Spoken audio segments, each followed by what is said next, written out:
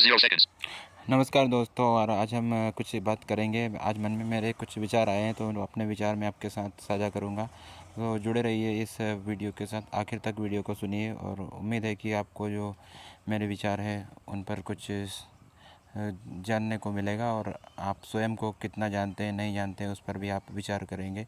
हम स्वयं को कितना जानते हैं, हम अपने हर दिन के खर्च को कितना जानते हैं, उस पर बात करते हैं।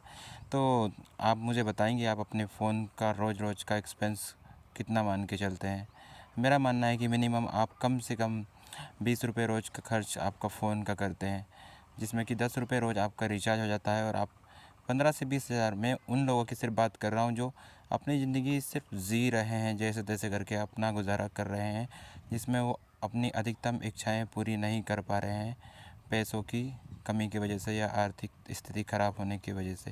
तो अधिकतर लोगों के फ़ोन 15 से 20 हज़ार के होते हैं, और आप इससे कम के फ़ोन आप ले भी नहीं सकते। आज के टाइम में बेहतर क्वालिटी के फ़ोन आपको इतने में ही मिलेंगे। तो 15 से 20 हज़ार के फ़ोन आपके ज़्यादा से ज़्यादा आप 3 साल तक ही इस्तेमाल कर पाते हैं, उसके बाद आपका फ़ोन यूज़लेस हो जाता है। तो मैं ये मान के चलता हूँ कि 10 रुपये रोज़ आपका फ़ोन का खर्च हो जाता है रिचार्ज का। और आपका फ़ोन अगर 3 साल चलता है तो 10 रुपये रोज़ में उसका मान के चलता हूँ, आपका 20 रुपये रोज़ खर्च हो जाता है फ़ोन पर। और बाकी खर्च आपका, अगर आप गांव में रह रहे हैं, ग्रामीण एरिया में, तो उसमें आपका जो खर्च होगा 100 रुपये रोज़, ये मिनिमम की बात हो रही है। और अगर आप सिटी में रह रहे हैं तो आपका 200 रुपये रोज़ का खर्च हो रहा है। तो आप कमा कितने रहे हैं? अधिकतर लोगों की कमाई ज़ीरो है, क्योंकि हमारी फैमिली में 4, 5 और 6 लोग जो भी होते हैं, उसमें से सभी फैमिली में 1 या 2 लोग ही कमाने वाले होते हैं। और उनकी कमाई भी कम से कम ही होती है, 15,000 या 20,000। अगर वो प्राइवेट सेक्टर में काम कर रहे हैं, तो फ्रेशर हैं, वो अभी ज्वाइन किए हुए हैं जॉब, तो उनको स्टार्टिंग सैलरी यही होती है 10,000 15,000। इससे ज़्यादा सैलरी कोई भी कंपनी देती नहीं। तो आप मान के चलिए कि जो भी एक इंसान आपके घर का कमाने वाला है, वो साल में 2 से 2.5 लाख रुपए कमाएगा। और घर में आपके घर 4 या 5 लोग या 6 लोग हैं, तो उनका खर्च सारा मिला के अगर 100 रुपये रोज़ खर्च हो रहा है गांव में, तो 5 लोगों का खर्च होगा करीबन 1,80,000। आप ये सारा कैलकुलेशन लगा लेना, मैंने पहले से ये सब कैलकुलेशन लगा रखा है, उसके बाद ही मैं यहाँ पे बता रहा हूँ।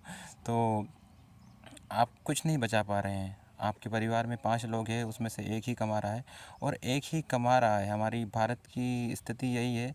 अमेरिका या कोई भी विकसित देश, जहाँ पर कि लोग घर से निकल जाते हैं टीन एज में ही, और अपने पर्सनल इनकम शुरू कर लेते हैं, अपने काम खुद ढूंढ लेते हैं, तो वहाँ तो बात अलग हो जाती है। वहाँ पे हर किसी के अपने काम होते हैं, और सब इंडिपेंडेंट हो जाते हैं फाइनेंशियली। लेकिन हमारे इंडिया में फाइनेंशियली इंडिपेंडेंट कोई हो ही नहीं पाता है। फैमिली में 1 या 2 लोग ही फाइनेंशियल इंडिपेंडेंस होते हैं, लेकिन वो फाइनेंशियल इंडिपेंडेंस कोई काम का नहीं है, क्योंकि वो अपने उस परिवार के जो बोझ है उसमें ही दब जाते हैं। अपने परिवार की सारी ज़रूरतें पूरी करने में वो अपनी ज़रूरतों को नज़रअंदाज करते हैं। तो यही है कि 2 लाख या 2.5 लाख मुश्किल से 4 या 5 लोग में से एक इंसान के पास जॉब है, तो वो इतने ही कमा पाता है, और उसमें सिर्फ उसके घर की जो ज़रूरत है फाइनेंशियली वही पूरी कर पाता है।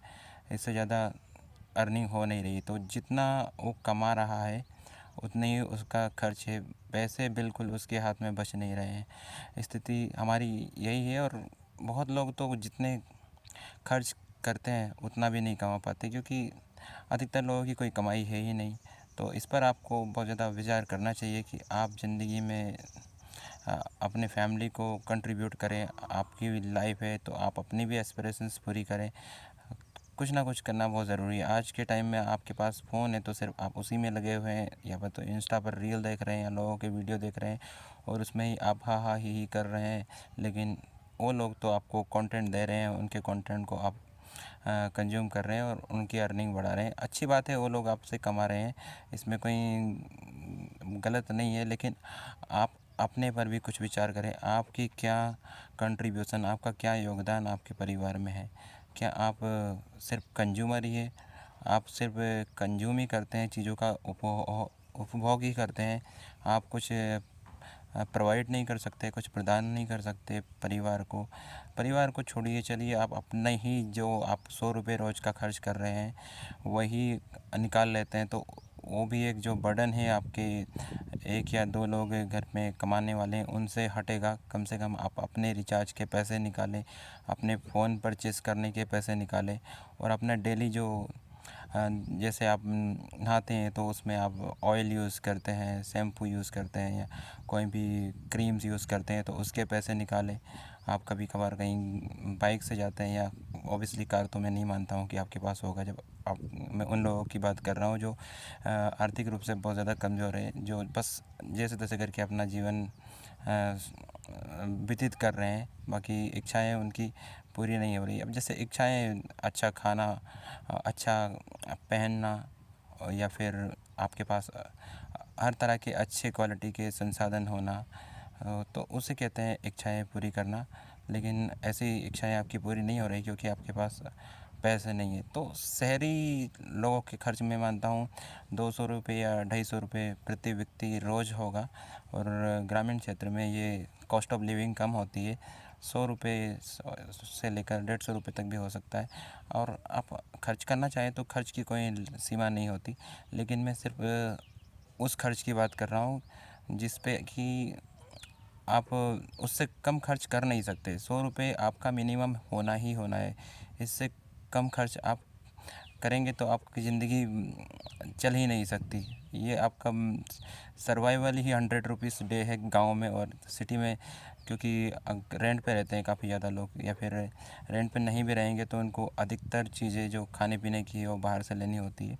गाँव में लोग किसानी करते हैं, उनके पास ज़मीनें होती है, तो वहाँ पे वो फ्रूट्स एंड वेजिटेबल्स उनको उसी से मिल जाता है। तो ये स्थिति बहुत ही ज़्यादा देश को हमारे कमज़ोर बना रही है, और सरकार को टैक्स पे करने वाले भी बहुत कम लोग हैं। उसमें से कल बजट आया तो बजट में आपने सुना होगा, मुझे लगता है कि 50% से ज़्यादा लोग अब जो टैक्स पे करते थे उनको भी टैक्स पे नहीं करना होगा। 7 से 12 लाख तक की जो पहले टैक्स होता था, अब 12 लाख तक टैक्स फ्री हो गया है।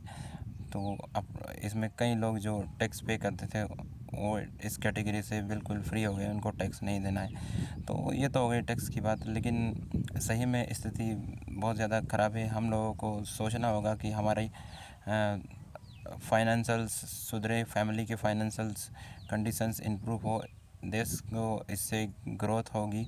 तो इस पर आप ज़रूर विचार करें, और अपने प्रतिदिन का खर्च इतने पैसे तो कम से कम आप निकालें ही।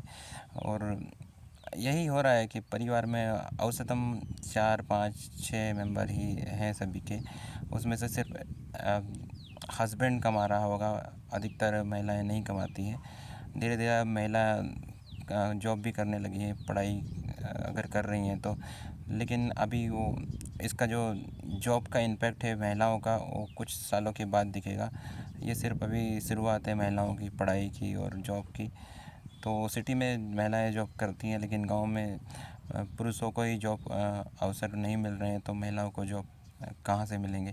तो ये भी एक बात है। और दूसरा, आप अपने चाइल्ड पर कितना खर्च कर रहे हैं, बच्चों की एजुकेशनल फ़ीस, तो ये सब आपके लिए बहुत मुश्किल हो जाता है।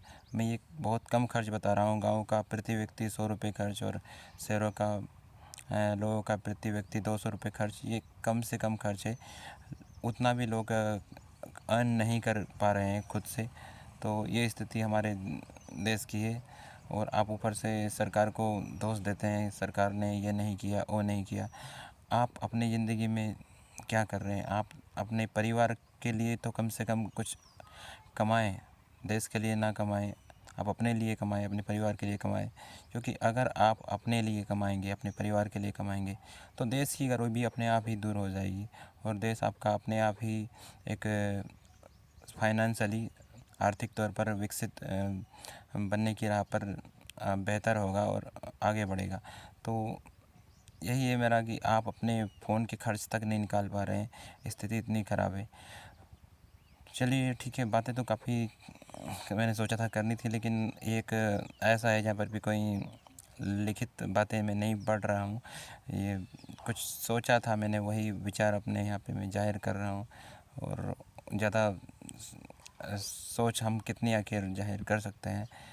तो ठीक है, फिर उम्मीद करता हूँ आप इस वीडियो पर मेरे को रिस्पॉन्स करें और मुझे बताएं कि आपके प्रतिदिन का खर्च क्या है।